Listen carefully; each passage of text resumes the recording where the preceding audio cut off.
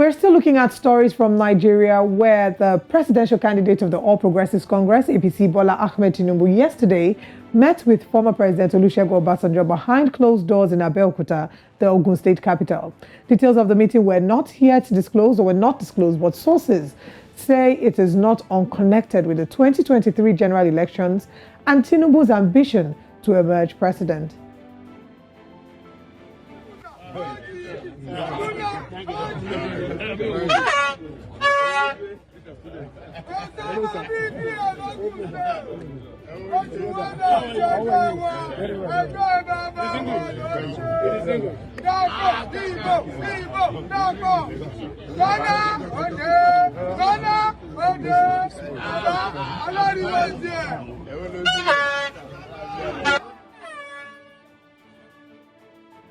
Accompanied by the Speaker of the Federal House of Representatives, Femi Gbajabiamila, the first interim chairman of the All Progressives Congress, Chief Bisi Akande, the Governor of Ogun State, Dakwa Abiodun, former Governor Olusegun Obasanjo, and Otumba Gbenga Daniel, amongst many other dignitaries.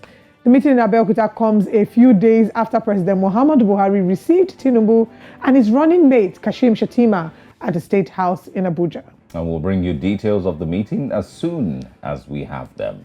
You know, it's interesting that there are lots of visits that are being made in River State, for example. We're seeing lots of governors have been going to visit Governor Nyesom Wike. There are many visits that have been done. I mean, it's not unconnected, of course, to the 2023 elections. We will still see more alliances made, some formal and informal, pledging being made.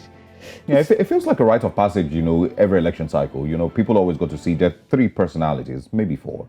Former President or former military ruler Ibrahim Babangida, former President Olusegun Obasanjo. Some people go as far as Abdulsalami Abubakar.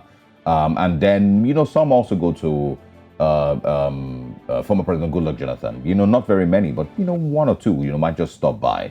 But Obasanjo and Babangida are like the two that, every presidential candidate, everyone who's seeking power in the country must go to. Which people, for Nigerians some people would say, oh, well, it's respect, showing them because they're former leaders, pay homage to them. Yeah.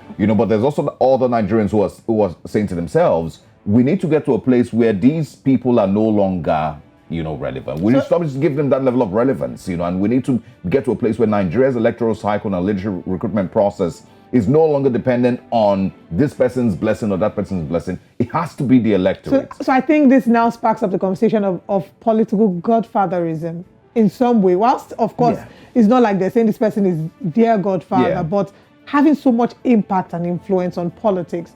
I mean, we've seen it happen in several parts in Africa.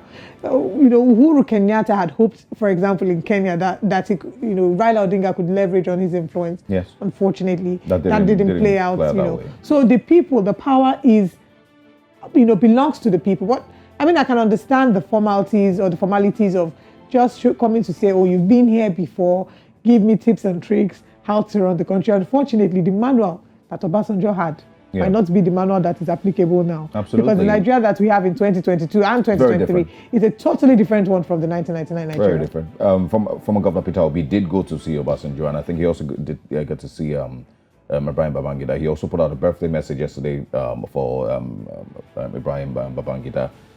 These are just, it's probably just a Nigerian thing, but, it's also interesting because I think when the story broke yesterday, the pictures and videos showing former governor of Lagos State, Bola Tinubu, President Obasanjo, there were then also videos showing him, saying that former President Olusegun Obasanjo is, he called him certain, names and described it in a certain way. Derogatory manner? Yes, and this was in 2019, I think it built up to 2019 elections.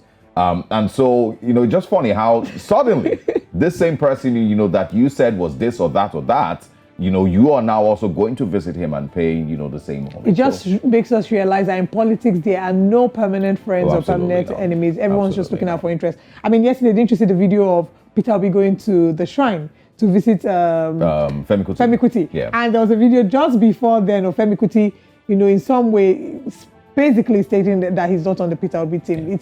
Sometimes it's not really personal, it's just about interest. And now the National Assembly is on recess, so Femi Gbajabiamila has time to travel. Oh, wow. Yeah. Shots fired.